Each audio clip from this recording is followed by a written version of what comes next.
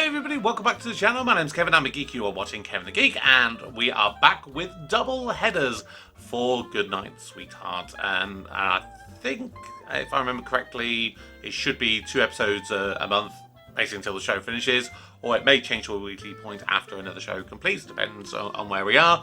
But at least for the time being, it'll be 2 episodes a month.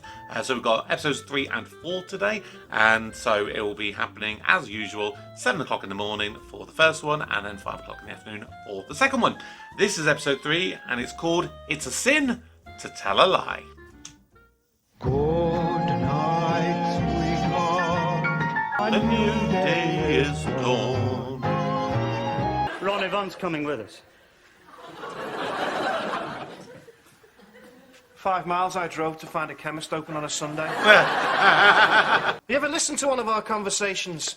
30 seconds on me, then it's straight into your latest tidings from war-torn 42. Oh, yeah. That reminds me, did you print up that 1940s currency? You see? Look, I've changed my mind about going out. I'll see you, okay? Well, Oh, poor Ron. Why, Delilah! He's insisting I'll get my annual arrest rate up. To what? He says 1 would be nice. When I got someone on me beat passing their counterfeit notes. Oh. Fairly new to the area, like Yeah. yourself. Quite young, like yourself. Yeah. Someone who's not short of a few bob, like yourself. Like yourself. Any suspects? No! I can't think of anyone who fits the bill. with respect, you don't know a lot about printing. Yeah, well, I'm not sure you do now. Ooh. I am by no means perfect. Well, I'm very sorry, Your Royal Highness, but you cocked up somewhere. Unless you did it on purpose. Throw me out your office. Oh, Gary, come Throw on, me out your Gary. office. Dude. Oh, hi, Stella. Bloody hell, Gary. See how thin it feels compared to mine, and look at the colours. Yeah, they're all washed out.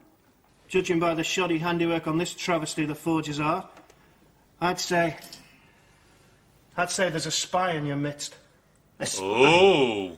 Look, I'm really sorry about accusing you of giving me guff. No, So you should I was be. out of order, and I feel really bad about it. Good. What time was he supposed to be here? 7. Oh, he's probably gone to one of those memorabilia fairs. Oh, He's always late when he goes to one of those. Ron, you should have seen what happened today. You're late. Hey, We were going out, remember? what, are we married? I caught the spy. This was important to me. Hang on. We don't get to see him catch a spy? That's a bit anticlimactic. Ron, don't get upset again. I haven't told you how I caught the spy yet. You're the only one I can tell. It's a real pain when your mates aren't there for you, isn't it? Ron! Gary, what's happened? Gary does not deserve Ron. I'm putting it out there so hard. Ron is such a good friend to Gary, and Gary is such an arsehole to him. I'm the practical one. You're the one with the wild, useless imagination. I can't just make up a story just like that. I need to have... Well, no, maybe I can. This wartime spy was passing counterfeit notes. So, Barry decided to set a trap. Ah! Nice little way of telling the story. I was thinking, why would they make such a big deal of it and then not show us it? That would have been so bizarre. Cool. At least we're actually going to get to see it. Thank God. Where'd you learn that song? You heard a Welshman singing it, didn't you? Where did he go? Did you let him into that guard's van? I take it the game's up then, is it? Oh, well, that ain't necessarily so. Poverty and unemployment, that's what I came home to. Not much reward for having your knackers shut off, was it? Oh, nice! Congratulations, Constable Deadman. I think you've caught a Nazi spy. Thanks very much, sir. Oh, great. I'm sorry. Losing your penis is no excuse for betraying your country.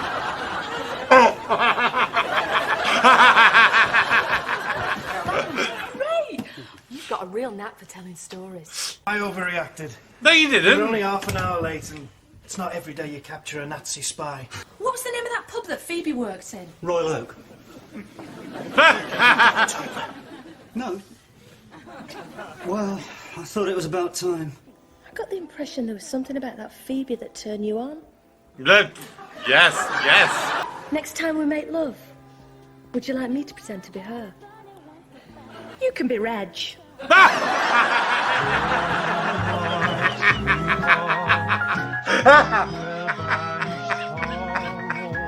Oh, I don't want to picture it. Oh. I've got a horrible image in my mind. Oh, God. Phoebe and Reg together. Oh. I mean, I'm sure they'd make a lovely couple, don't get me wrong, but... get it out of my head. Out of my head.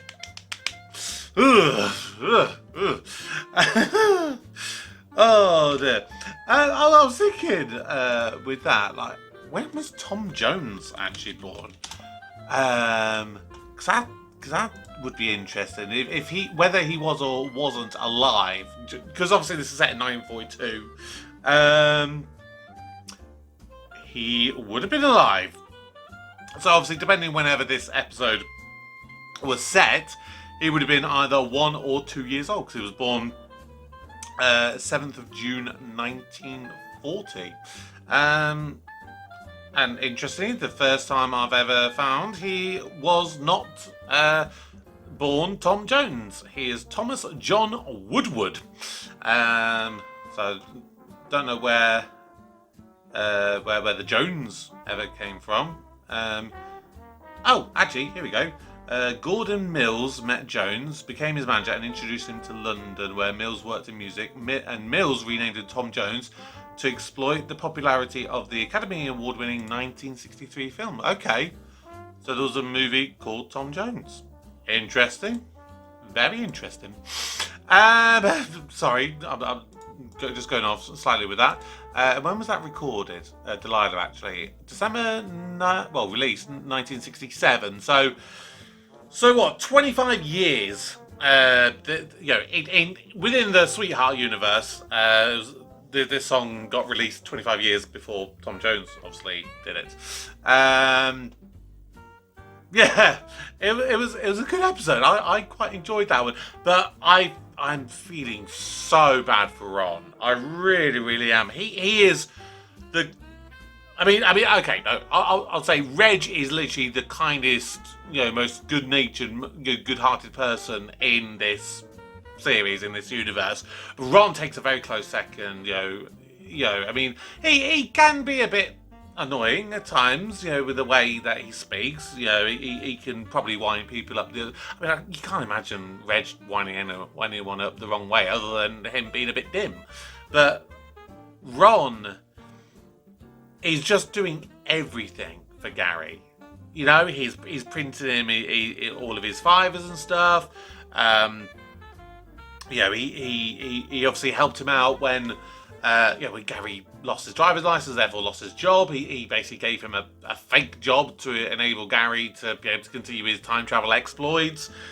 He's honestly doing so much, and Gary is very,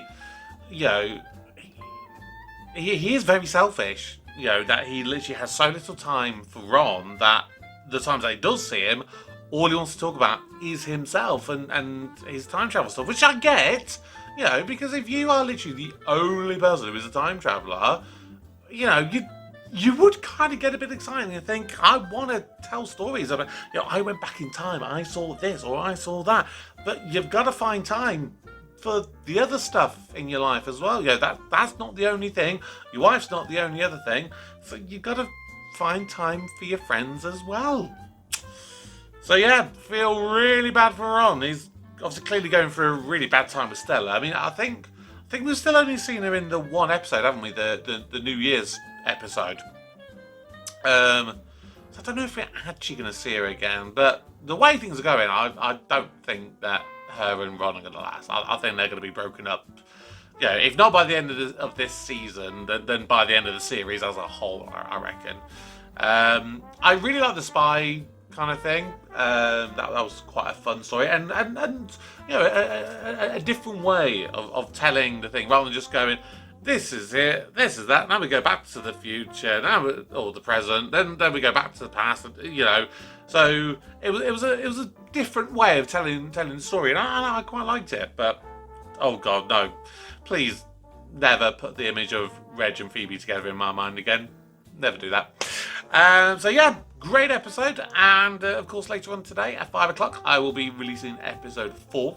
So stay tuned for that. Please do drop your comments below, let me know your thoughts. Please subscribe if you're new, turn on notifications, and if you'd like to support me further, you can do so over on my Patreon.